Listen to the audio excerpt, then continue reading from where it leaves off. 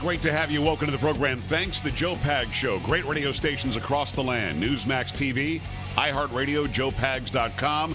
Glad to have you along for the ride. It is a Thursday. I'm feeling all right. Say what? Huey Lewis, the Joe Cocker arrangement, Dave Mason classic. Feeling all right. It's Thursday, almost Friday. The weekend's almost here. There was a Hillary Clinton sighting. Donald Trump has visitors nonstop now at Trump Tower. Visitors you wouldn't expect. We'll tell you who. Pastor John Hagee at the bottom of the hour. Why did evangelicals show up for Donald Trump?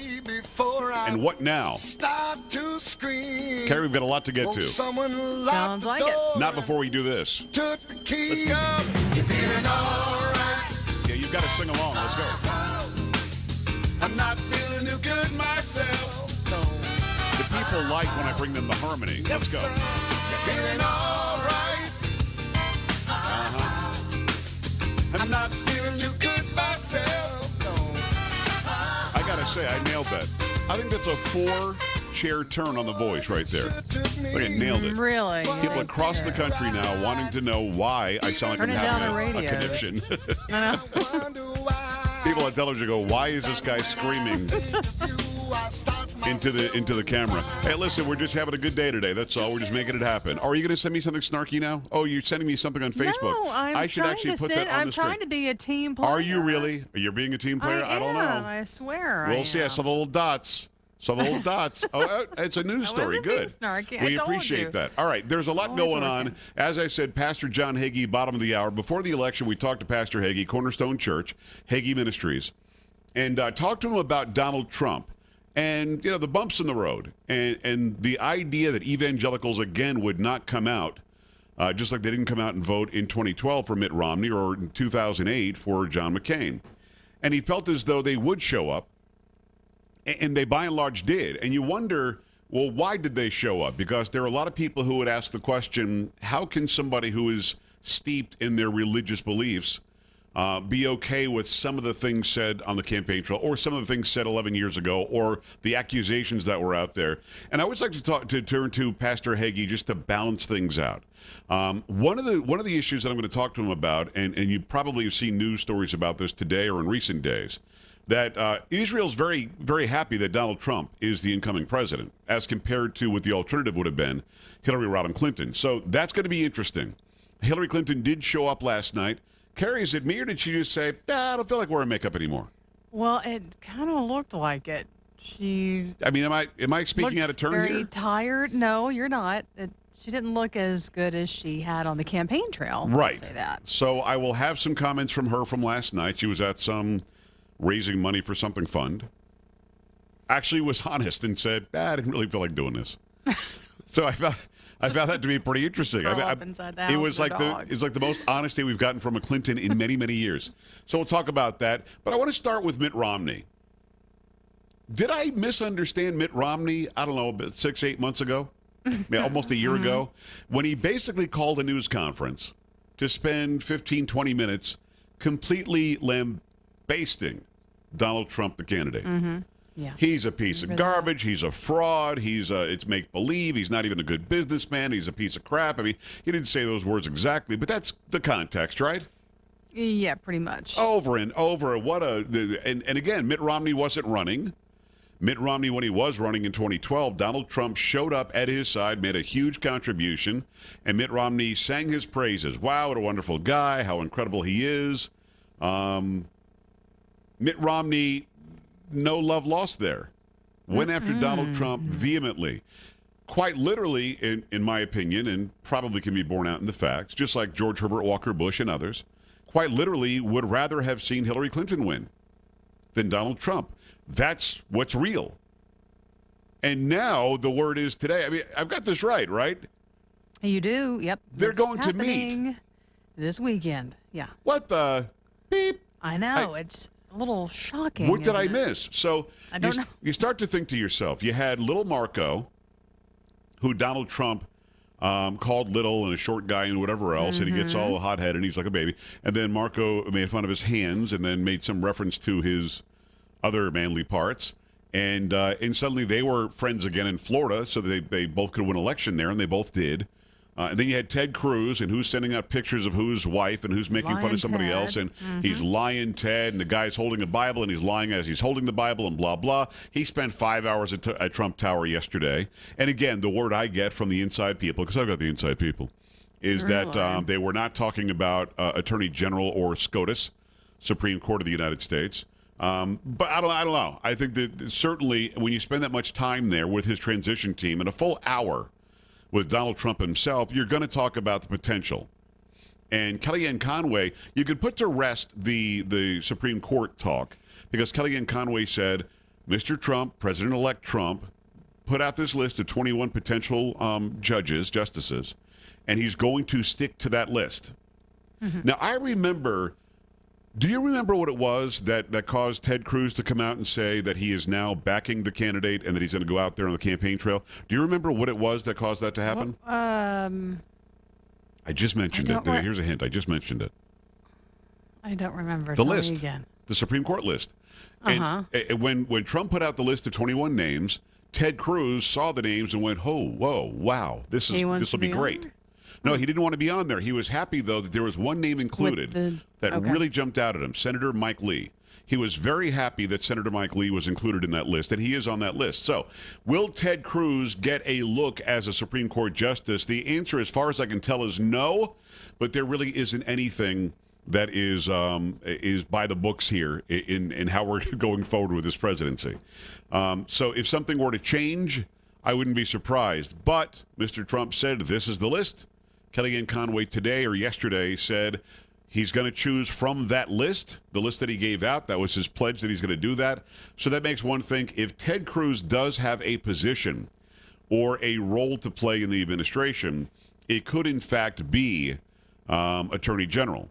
Again, I'm being told by the Cruz folks, people close to him, that that's not really what they talked about. They talked about his leadership role in the Senate and how he can help with a Trump agenda, a conservative agenda going forward for the United States of America, a constitutional agenda going forward.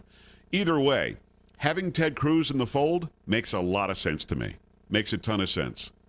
Carrie, what's the use of having Mitt Romney, who just treated you like garbage? I don't understand why that's important. I don't know. And did you hear some of the rumors that maybe, and I don't know how this gets leaked or if it's true or not, that possibly they're looking at a Secretary of State for Mitt Romney?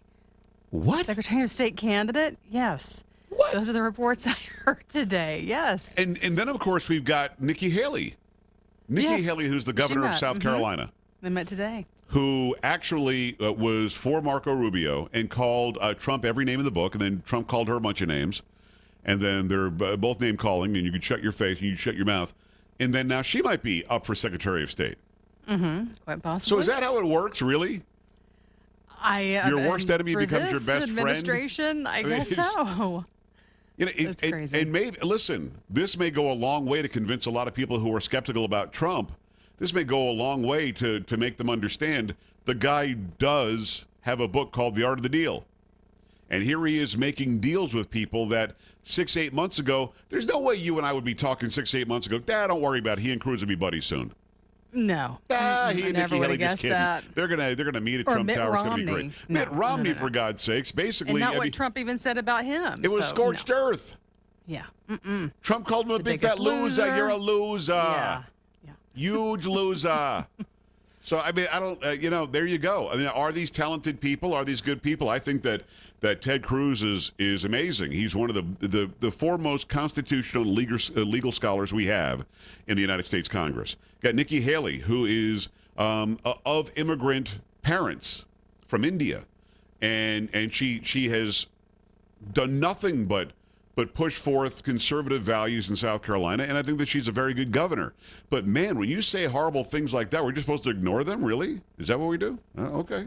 I guess so. I mean, because you hear Trump is all about loyalty. He's all about work, but he's also about job performance. So it seems to me that he's able to flip the switch from the campaign where you can say or do anything to now let's get down to business, and we've got to get the best and brightest around me. Right. And those two are very, very different when you're campaigning and now you're president-elect. And again, I get it. There's Nikki Haley difference. has a great upside. She's got a great future. Ted Cruz has a great upside. He's got a great future, and he could be a real a cog in the gears in the Senate to stop this establishment crap and really push forth a great constitutional plan. But Mitt Romney? The guy, I mean, look, he seems like a nice enough guy, but he's like 70. He's not running for anything. He's got no power. It's not like he's going to be an assist to this administration, unless, of course, as you say, there is a job Trump would think that he'd be perfect for, and he's going to plug him in there. And what is the confirmation announcement look like? You know, what does the speech look like with the President Trump announcing his, let's say it's Secretary of State Mitt Romney. Romney walks up and says, I was kidding. I mean, what happens at that point? He walks up and says, all that stuff. Come on, man. We're just playing around. He's great. I love the Trump, man. No big deal. I'm all about the Trumpster. 1-800-383-9624. So what do you think about this? Ted Cruz, Mitt Romney, Nikki Haley, people showing up at Trump Tower, people meeting with Donald Trump who look like they might have a position or a role in either advising him or being in the administration, who absolutely, they were nothing but hateful during the campaign. What do you think about all that? 1-800-383-9624, joepags.com. Stay here.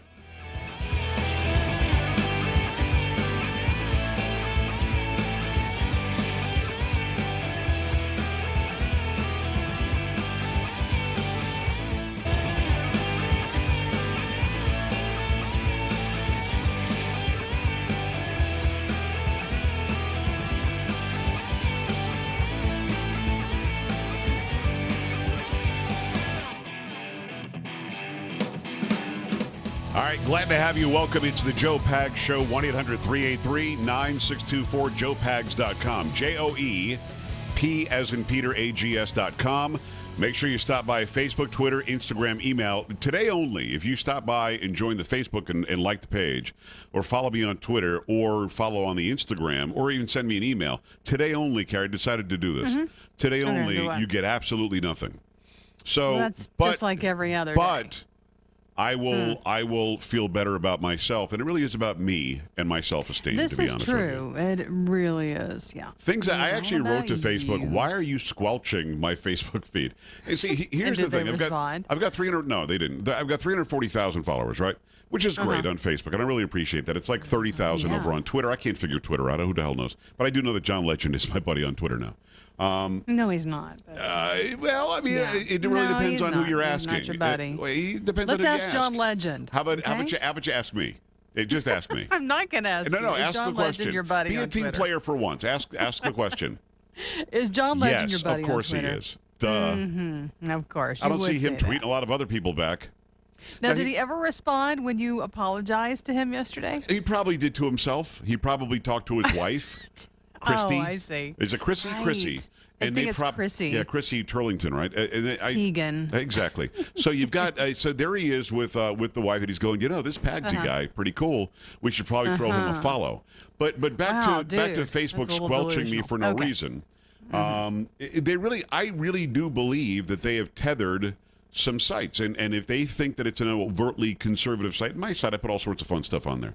But I think that they really do squelch it. Or if you're not paying them a bunch of money, they squelch it.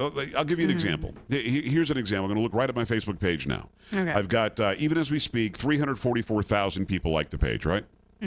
Before the show, I posted that it's showtime, going to have John Hagee on, going to talk about Mitt Romney set to meet with Donald Trump, and much more. You can listen here. You can watch over here. Okay. Now, I've got 344,000 people, right? 344. Now, how many people do you think were even reached with the message? Now, I don't know what reach means, if that means actually we're notified. I don't even think they were notified. But I posted this 23 minutes ago before the show started. Maybe 500? 1,700 people. Oh. Now, think about that. 1,700 people were told that I posted something. Now, the way I look at it is this. Now, this is their website, and wherever the rules are, fine. They just won't tell us the rules. If I knew what the rules were, I'd be able to play the game better. But what I've learned is if you pay, then they'll send that out to more people. Obviously, they want to make some money. They'd like to benefit from it. But, Zuckerberg is worth billions of dollars. He's doing fine. But what I've learned is they just arbitrarily decide to send to the people that follow a page notifications. if I follow a page, I want to be notified of everything the page does. Why am I following it otherwise? I would be too, yeah. How does that make sense? No, if I doesn't. follow it, I'm telling the host of the page, the owner of the page, Facebook, I would like to know when this page, this person, this company does something. So I'm not really sure I understand with 344,000 people who have said, we like this page, we follow this page, would like to know more about what's going on. And most people actually live in their news feed. They don't live on the individual pages that they follow. Facebook, for some reason, isn't putting it out there. Now, that doesn't make sense to me. Now, I've seen pages that have had fewer followers than I, that have passed me like 3 or 4 times over in like the course of a month. And Wow. there's one page, and he knows who I'm talking about. And he probably is watching me right now. But if he farts, 10,000 people immediately will see it and comment on it. You know what I mean? Okay. Honestly. And it just doesn't make sense. Now, I'm not really sure. We're bringing the content every day. We're bringing the goods every day. So what I'm telling you is go to Facebook. Let's show Facebook we're not going to take it. Matter of fact, let's sing it together. We're not gonna take it. Come on, Carrie. No, we're not gonna take it. That. Hold on, a little echo. We're not gonna take. No. Go to Facebook, facebook.com/Joe Talk Show. Like the page.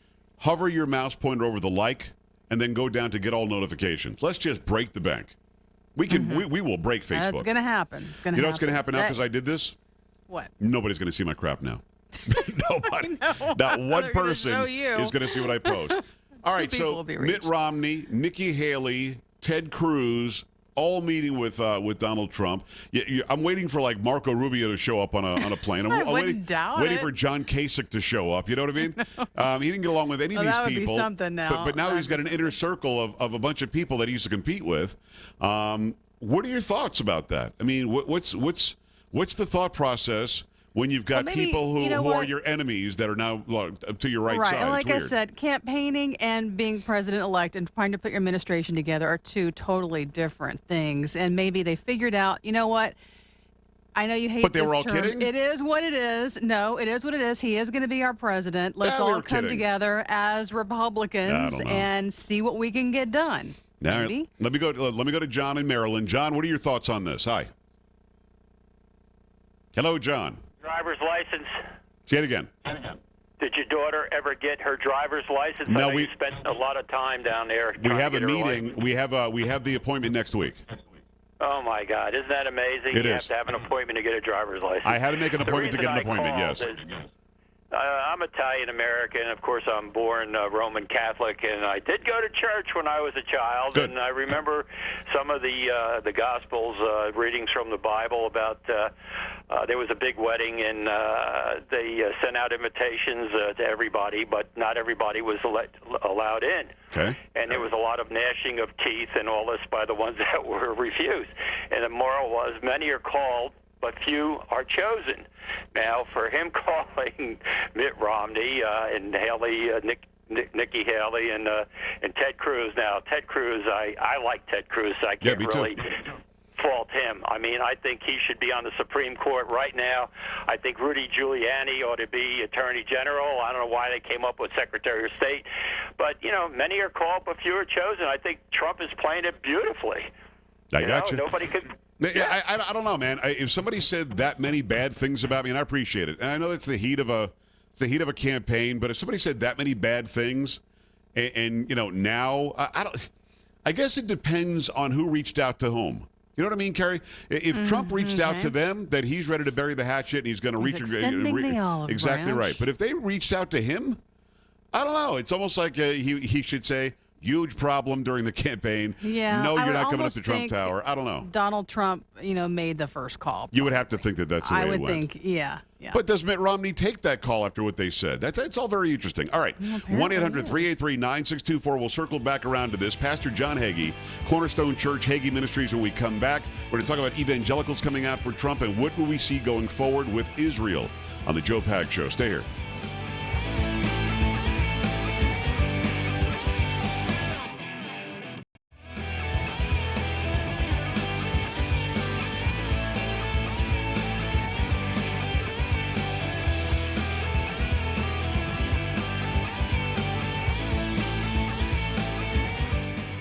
Hey, great to have you. Welcome to the program. Thanks. It's the Joe Pags Show. Great radio stations across the land. Newsmax TV, iHeartRadio, JoePags.com. It is always an absolute pleasure and a thrill to have Pastor John Hagee, Hagee Ministries, Cornerstone Church on the line with me. Pastor, how are you?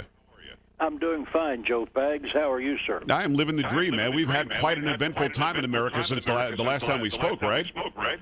Indeed, we have. It has been a political earthquake. It has, in a good way. I think the result is actually good. At the end of the day, I want to go back to what you and I talked about sometime before the election. And my question to you was: will Christians, will Jews, will the evangelicals go and vote for Donald Trump where they didn't go and vote for Mitt Romney? And the answer was yes. But now I want to ask you, because you're the man I always turn to. Why did they? Did they vote against Hillary Clinton, or did they vote for Donald Trump? No, I think there's something that the media really hasn't latched on to yet, and the fact the hidden issue that drove evangelicals to the voting booth in record numbers was the issue of Israel. The Democratic Party did not bring them up, but the Republican Party, particularly with Pence and also with Donald Trump, made it an issue that America was going to stand with Israel.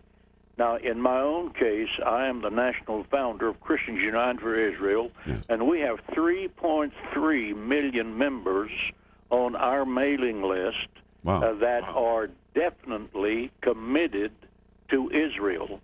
And when over 2 years ago, we sent then Governor Mike Pence to Israel, and he came back on fire for Israel, and we could tell our base was ignited from coast to coast, waiting to pull the lever for someone who would stand up and support for Israel. But I also believe that abortion had something to do with it, but Israel was the main issue that drove the people that we know to vote like they had never voted before. The Obama administration went out of its way to put distance between the White House and Jerusalem. We as a nation have given $150 billion to Iran, that's a terrorist state, that are making rockets that will be given to Hezbollah and Hamas, which are terrorist organizations on Israel's borders that will attack Israel at its earliest convenience. Donald Trump said something. This was a movement. Actually, I think God in heaven was watching this election, and the wind of heaven caught fire. That he who keepeth Israel neither slumbers nor sleeps stirred the evangelicals to get out and go vote, and they stormed the voting booth to have a change in America. It is Pastor John Hagee, of course, Hagee Ministries. You can find him by looking up Hagee Ministries on Facebook. You can find him on your television across the nation every weekend with his great sermons. Pastor, we talked about this before as well, but I want to bring it back up. For some reason, Jews in America, by and large, the vast majority, identify with the Democrat Party, identify with Hollywood, identify with big music, and identify with the way Barack Obama was treating Israel. Why is that? Can you put your finger on why they would ever be less conservative, more liberal, less Republican, more Democrat? Why is that? It goes very clearly and simply to this: you either believe the Bible or you don't. Yeah. I refer to Orthodox Jews and conservative Jews as Torah Jews. They believe the Bible. Liberal Jews do not believe the Bible. And if you believe the Bible, you support Israel. If you detach yourself from the biblical roots of God making a covenant with Abraham and giving the land of Israel to Abraham, Isaac, and Jacob, and their descendants forever, if you detach yourself from that, Israel is no more significant than Zimbabwe. No. But the moment that you believe the Torah, the Bible, then you have a biblical mandate to stand up and speak up for Israel and the Jewish people. It's a very simple definition. Do you believe the Bible? Do you live by it? And And if the answer is yes, you have a biblical basis of supporting Israel. Supporting Israel is not a political issue. It's a Bible issue. It is Pastor John Hagee, Hagee Ministries, also Cornerstone Church. Pastor, you were in Israel recently, and you speak with the really heavy hitters there. You speak with people in government. You speak with those who many listening would know their names, and you get to speak to them privately. What were they saying about our election? What did they want to see happen? And what was, as he leaves office, is there feeling there that Israel was not treated like our best friend and little brother in the Middle East, that they were treated almost like an enemy during the Obama administration? I can tell you that the people in Israel are dancing in the streets. Has been publicized in the media that thousands of Jewish people were at the wall the night before the elections praying for the American election, because they were terrified that there would be 4 more years of the Obama administration's separation of Washington and Jerusalem. It was Obama that told the Jewish people that they needed to give part of Jerusalem to the Palestinians as a future state. He was telling them they have no right to continue to build apartments in what is Israel. America has awesome power to affect what happens in the Middle East. So what you have is an Obama administration that gave $150 billion to Iran, who is a terrorist state, who has people dancing in the street, death to Israel, who will use the bombs that are made with American dollars to take Jewish lives. The people in Jerusalem know that a change in the White House would be a direct blessing from heaven, and heaven answered their prayer. My great friend, Pastor John Hagee on the line, Hagee Ministries. Of course, you can find him on Twitter, on Facebook. You find him on television. You go down to his church. He's a great man, and the fact that you've got some time for me, Pastor, is always appreciated. I need to know what you have surmised when it comes to why President Obama has basically caused what he called the spring, the Arab Spring in the Middle East, but basically really did melt the whole area down, made it completely unstable around our friend Israel. What was the end game in your mind? Do you think that he thought he was doing something positive for the region, or did he know that this would cause the unrest that basically is shaking, Israel's foundation there? I think that the principle is chaos, that if you create chaos, you can destabilize the government.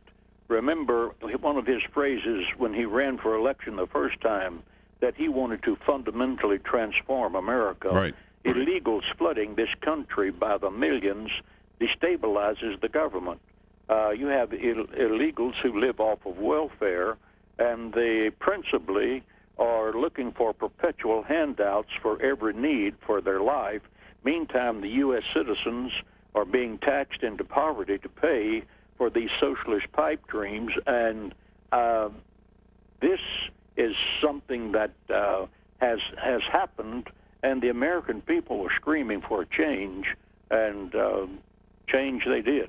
Absolutely. It's Pastor John Hagee. So you see these young people in colleges, even in high schools, are being coddled. They're participation trophy generation. They can't wrap their brains around why who they thought was going to win didn't win. Now they call Donald Trump a misogynist. They call him a Islamophobe, a homophobe, any name in the book that you can come up with that has an ist or a phobe at the end. They want to label him with that. As we go forward, there are many Christians, there are many Jews, there are many people who are steeped in their religious beliefs that are skeptical about the administration, or they say have fear of a Trump administration. What would you say to them if they came to you for counsel? I would say that you need to be recognized that the people who are protesting in the street, some of them are paid anarchists on the payroll of George Soros. Secondly, these deluded millennials who are protesting the democratic process, you run a race, you either win or you lose. If you lose, you don't crawl into a fetal position, whine and suck your thumb. You get up, dust yourself off, go forward, put your opinions in front of the public, and if the public does not approve of your opinions, you lose again. The Constitution of the United States says, we the people are the voice that determines the future. we ran a race. Mr. Trump will be the next president. All of the whining and complaining is going to change nothing. And the news networks that are saying the Trump leadership is in disarray are the same networks that 10 days ago said that Hillary was going to be a runaway winner. Right. And the pundits and pollsters that were saying that she's ahead 6 points, 7 points, were wrong then. They're wrong now. John Bolton has spoken in my church twice. I know him personally. I know Mike Pence personally. I know Newt Gingrich personally. They are very intelligent and very successful people. They know what they're doing, and they're putting together a political team that will take this nation to a new beginning. It's Pastor John Hagee. Last question, Pastor, and I appreciate you. Obviously, nationalism comes back. We believe in America again. We believe in our borders, and we're all patriotic again. Hopefully, we have a resurgence like we saw in the 80s. But you and I have talked about this a lot. The most important thing has to be that this guy, who's a conservative Republican, has already put out a list of conservatives that he would appoint to the Supreme Court. That's the most important issue, right? Who we get on the Supreme Court and how we look as a country for generations to come. Absolutely. This president will name 2, maybe 3 Supreme Court justices, and he's already said that they will be after the order of Anthony Scalia, right, which is a constitutional judge. And for the young people who are listening, that means the Constitution is not a document whose meaning can be transferred from generation to generation. Right. It is an inviolable foundation of the thoughts and concepts of the founding fathers for these United States. This president, Donald Trump, will be able to determine the legal future of America for the next 30 or 40 years with these Supreme Court justices. It was huge. It was a political earthquake. Pastor, always an absolute pleasure. I can't wait to see you and your family soon. Love to everybody involved. It's Pastor John Hagee, Hagee Ministries, Cornerstone Church. Pastor, thank you so much. You, Joe. It's a pleasure to talk to you. Okay, we'll talk to you very soon. We always appreciate the pastor. Your thoughts on that? Also, we're talking about the fact that Donald Trump is meeting with people who at one point or another said horrible things about him. Your thoughts on that, too, on the Joe Pags Show. Stay here.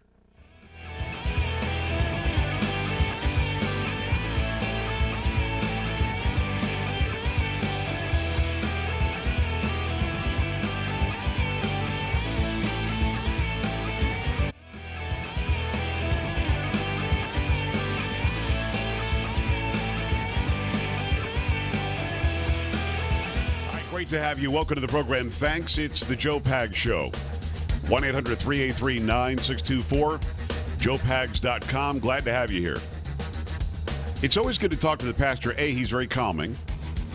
B, such great knowledge about what's going on, why people voted the way that they did, and he's got such a strong connection to Israel. Hearing, what the Israelis think, those there, as the election was unfolding a week and a half ago. That's just awesome. I actually hope to, at some point, talk to somebody from Israel. That'd be kind of cool. I had an opportunity to possibly go and did not, but I think in the future I'll go. Carrie, wouldn't that be something to do the show from Israel? Oh, my goodness, absolutely. That would be awesome. Could happen. That'd be great. You never know. It could happen. All right. 1-800-383-9624. I promised Hillary Clinton in her speech. I promised Jesse Jackson. We'll get to that next hour. I don't want to leave people hanging. A lot of people want to be heard on Trump burying the hatchet and extending the olive branch, as Kerry says, to talk to a lot of people who gave him a lot of flack and who he, in turn, insulted horribly, too. Let me go to the phone line, see what you think about that. But I want to start with Mendy, who is in St. Paul, Minnesota, about my interview with Pastor Hagee. Hi, Mendy. What's going on? Hey. Just my take on it. I'm a religious Jew. Cool. I just want to tell you there's nothing stupider than a stupid Jew. Okay. Regarding why Jews vote liberals, we have this problem that we feel bad for everyone. And we have to feel bad for everyone, especially the Palestinians, because it's our fault. And that's kind of how I think that Jews feel. Oh, is it the listen? I'm Italian and I grew up Catholic. I'm not Catholic now. I'm non-denominational Christian, but I grew up Italian and Catholic, and there's a strong guilt there. Is it? Are you literally telling me right now, Mendy, that this is Jewish guilt is why they vote Democrat? Really? Part of it, yeah, because we feel bad for everyone, and we need to help everyone, and people need our help, and which is a very Jewish philosophy that we need to help everyone. There's nothing wrong with helping everyone, but I mean, there was no Palestine in the place where Israel is right now. It was Philistine a long time ago. Palestine was basically Jordan and Egypt. I mean, there really wasn't a Palestine where they were ejected from. Palestine was made up 30 years ago. It was right. Jordan and Egypt, exactly. Right. Gaza used to be Egypt, and we won it in a war. So I don't even know where this concept started that we're in occupied territory. We're in occupied territory that we won in a war. Right. The only person that should be asked for it, technically, is Egypt. Right. And Jordan, but they're not even asking for it. So who the hell are the Palestinians? I think they're Egyptians or Jordanians. Again, biblically, there was a Philistine a long time ago, but it's not like there was one when the war happened. No, there wasn't. Yeah. And the people who they call now Palestinians were actually told by the Jordan and Egyptian government during the war to leave because we're going to annihilate the Jews. And they left. And it just didn't go down that way, did it? What is that? And it just didn't happen that way, did it? No, not exactly. Yeah. Hey, listen, Andy, I appreciate it. Kerry, could it really be guilt? Could that really be what we're talking about? That's why so many Jews in America vote Democrat or liberal? Because they feel guilty? I don't know. I don't know. I mean, listen, he's a Jewish guy. He would know better than I would. But, man, I just don't understand it. But again, Pastor Hagee says, well, if you're devout and you believe in the Torah, and if you're a Christian, the Torah is the Old Testament, and that's the Bible for Jews, then you are more conservative, more Republican. But you've got to be devout. I mean, you can say that you're Jewish and then not live that way religiously, which is interesting. Let me go to the phone line to talk to Wayne. Wayne, how's it going? Hi. Hey, Joe. How are you? Living the dream, man. What's up? Man, I'll tell you what, 10-year Army veteran, 15 years in the white-collar corporate world, Trump is doing amazing things. It's the most humble, strong, national-level leadership we've seen in a long time. He's had all these adversaries, whether it was Romney or Cruz or what have you, and now he's bringing them in. He's bringing them in next to him. And they're coming in. The stamina, they have the strength. Well, why wouldn't they? Well, I don't know. I mean, is it more surprising, Wayne, that he's bringing them in or that they're coming in? Surround yourself with wolves. Okay. If you're a wolf, do the same. And I think that's what he's doing. These people had the guts to stand up to him, the strength to go head-to-head. He recognizes, respects it. He's going to do something with it. I think you might be onto something. I mean, you might be onto something where these folks, he respects them big time because they didn't back down. The ones that did back down, he's not calling. Where's Chris Christie? Well, Chris Christie has been shown the door, some would say. Hey, listen, I appreciate you, brother. That's an interesting angle.